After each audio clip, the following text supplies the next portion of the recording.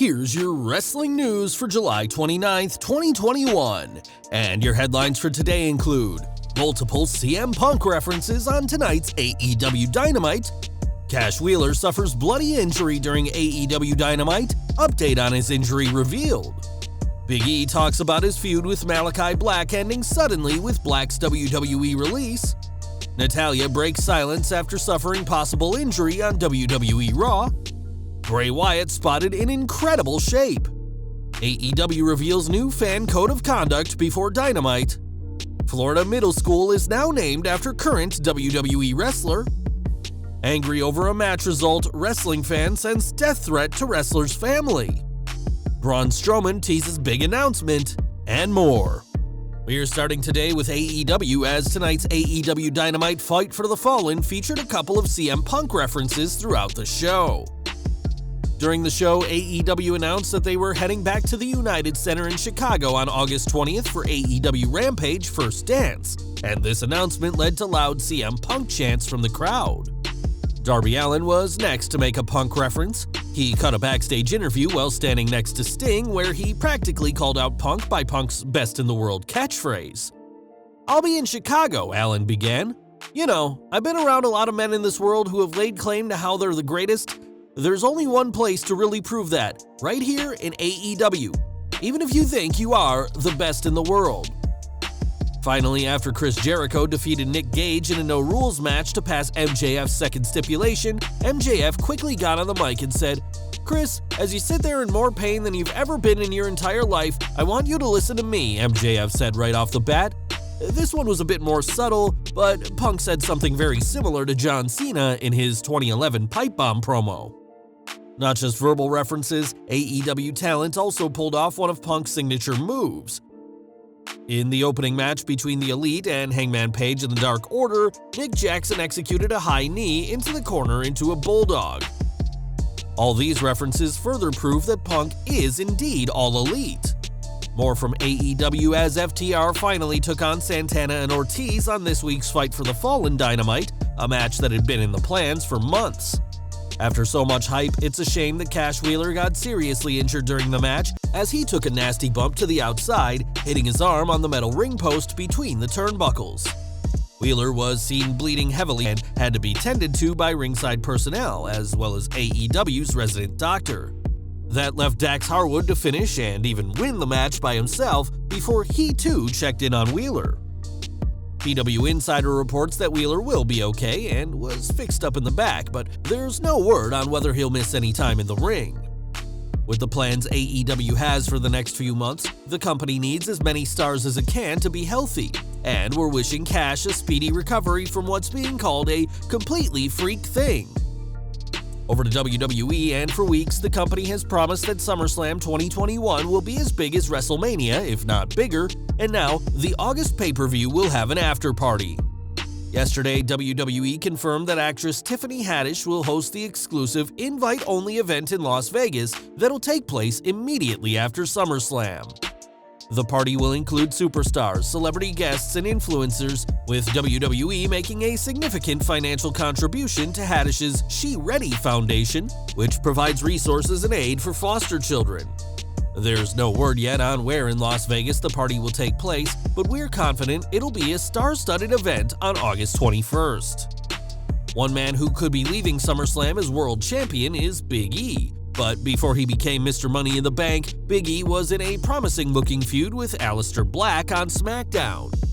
That feud came to an unexpected end when Black was released in June and joined AEW in early July as Malachi Black. Speaking to Give Me Sport, Big E discussed the feud that never was, saying that the release took him by surprise. He said, "I don't know the plans, I have no idea. Obviously, we'd seen vignettes for weeks and weeks, then he comes out at the end of the main event and kicks me in the face, so I think, alright, it's him and I. We're gonna run for a bit." So I definitely was surprised by his release. I think he's extremely talented, I think he has a ton to offer, I think people were excited to see us, because there's such a difference in the way that we carry ourselves, in our characters, in many ways polar opposites. I think it could have made for a lot of fun. The Aleister thing was an opportunity to do something different, a nice break from that, and it just ended up fizzling. Like I said, he's very, very good at what he does, and I wish him well. Whatever WWE had planned for Big E and Black, it's a distant memory now, as both men have gone on to do better things in different companies. Over to Raw, as on this week's show, Natalya wasn't able to finish her tag team match with Tamina against Eva Marie and Doudrop after suffering a leg injury whilst wrestling the Scottish superstar. WWE hasn't put out a statement on Natalya's condition yet, but fans saw her be helped to the back post-match, and now the Queen of Hearts is breaking her silence on that scary spot. Sharing an image of the moment she was injured, Natalya tweeted, "Thank you to everyone for the kind words about what happened on WWE Raw. There are the beatings that you can plan for and the ones you can't, that's the job, but I'm willing to give whatever bones, muscles, and tendons I have to continue doing what I love. Good thing I'm unbreakable." Tamina and Natalya still won the match, albeit thanks to a distraction by Alexa Bliss and Lily, but we'll have to wait and see what the diagnosis is for Natalya's injury and how much time she'll need to take off. Speaking of time off, it's been over 4 months since fans last saw Bray Wyatt on screen, appearing on the post-WrestleMania 37 Raw, but the former Universal Champion looks ready to return. Recently, the Twitter account Fiending for Followers shared a photo of Bray posing with a fan, and he looks to be in great shape and has been working out hard during his hiatus. Wyatt's last match in WWE was a loss at WrestleMania to Randy Orton, a match and feud fans expected the Eater of Worlds to win. There's no word on when Wyatt will return, but we do know he's been deliberately kept off, and it's not a punishment, and when he eventually does show up, fans can expect a much leaner Fiend than what we saw before. More SummerSlam news, as the show is expected to be the company's biggest show of the year, but fans may have to wear masks during the show. That's according to the Reno Gazette-Journal, who report that Nevada has issued a mask mandate for Clark County, the home of Allegiant Stadium. The report notes that everyone, whether vaccinated or not, must wear masks in public indoor spaces. Technically, Allegiant Stadium can be classed as an outdoor event, but only if the roof isn't attached. But after the weather delays at WrestleMania, WWE may be hesitant to have this show go ahead without a roof. It's also been reported that AEW have been worried that mask mandates may affect ticket sales, but it's now WWE who are having the problem. In Nevada, Clark County accounts for over 80% of positive tests, with only 39% of the people vaccinated, and hopefully, this new order will fix that situation. More from AEW, as it wasn't long after the company got back on the road that a fan jumped the railing, trying to attack Chris Jericho during the show.